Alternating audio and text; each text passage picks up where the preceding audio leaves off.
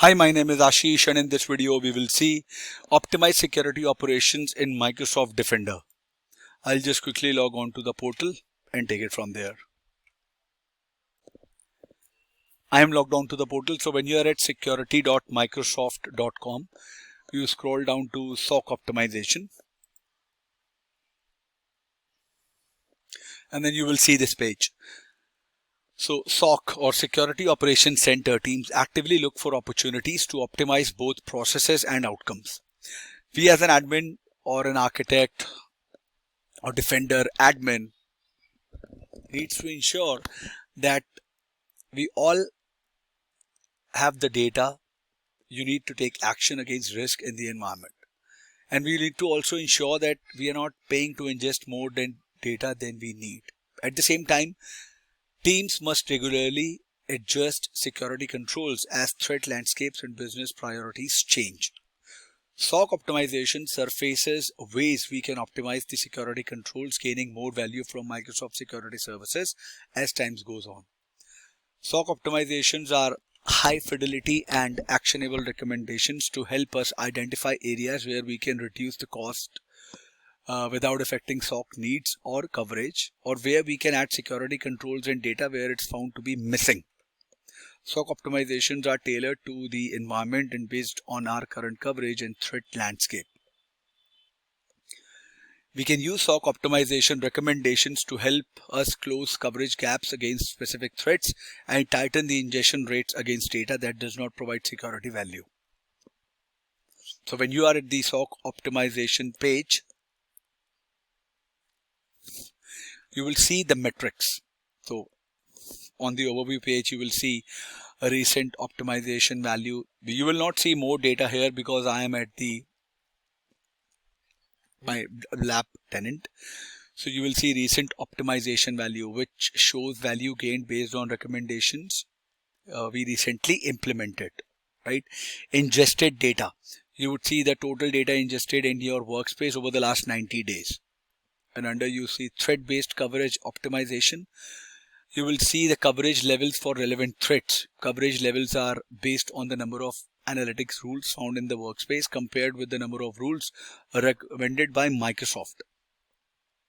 It would be best, it would be better, it would be good, moderate, none, right? Depending on the recommended rules are found in the percentage that you would see under threat-based coverage optimization. Under optimization status, it will show the number of recommended optimizations that are currently active, completely or dismissed.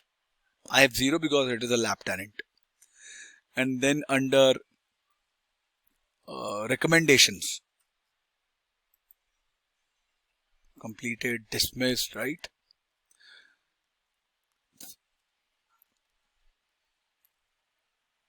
Under optimizations, also on the your optimization tab, each optimization would card include the status, title, the date it was created, a high level description, and the workspace it applies to.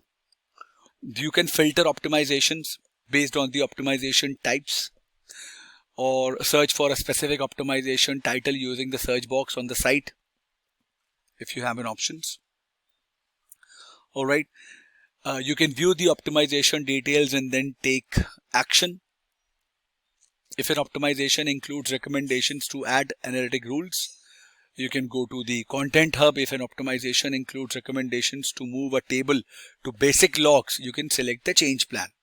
You can manage the optimization. So by default, optimization status are active. You can change their status as your teams progress through triaging and implemented recommendations. You can either select the options menu or select few full details to take one of the following actions. You can mark it complete, you can mark it as in progress or mark as active, you can dismiss those, or you can also provide the feedback. Okay, you will see the categorization once you make changes under your optimization tab. And then you can view the completed and dismissed optimizations. So there is you can implement the SOC optimization usage flow as well. So on the SOC optimization page, Start by understanding the dashboard. Observe the top metrics for overall optimization status. You can review optimization recommendations for data value and thread-based coverage. You can use the optimization recommendations to identify tables with low usage, indicating that they are not being used for detections. And then you can view the full details to see the size and cost of the unused data.